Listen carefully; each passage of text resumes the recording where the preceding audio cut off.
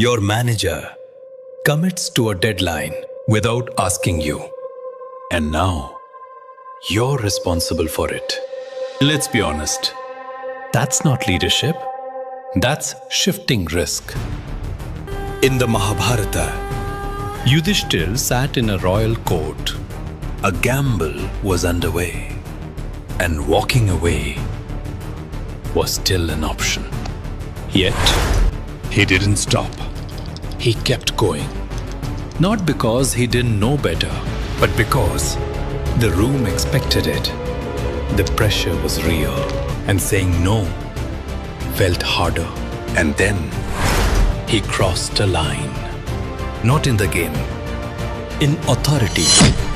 He assumed he had the right to put others at stake without asking them, because he believed they were his to decide for. And that's the real problem. This is exactly what happens at work. We understand the urgency. Managers don't just commit deadlines. They assume authority. I'll decide. The team will manage. We don't have time to ask, because somewhere they make the call. You carry the weight. Final call is theirs. Consequences are yours. And when things go wrong, the team gets blamed.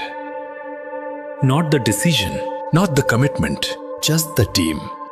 Deadline slip? It's an execution issue. And later, it shows up in performance reviews. And suddenly, it's not the decision that failed. It's you. That's not leadership. That's making the call and passing the consequences down. In the Bhagavad Gita, Krishna does something very different. Krishna says to Arjuna, Itite jnanamakhyatam guhyat guhyataram maya vimrishyay tadasheshena yathechasi tatha kuru. Meaning, I explained everything, the stakes, the consequences.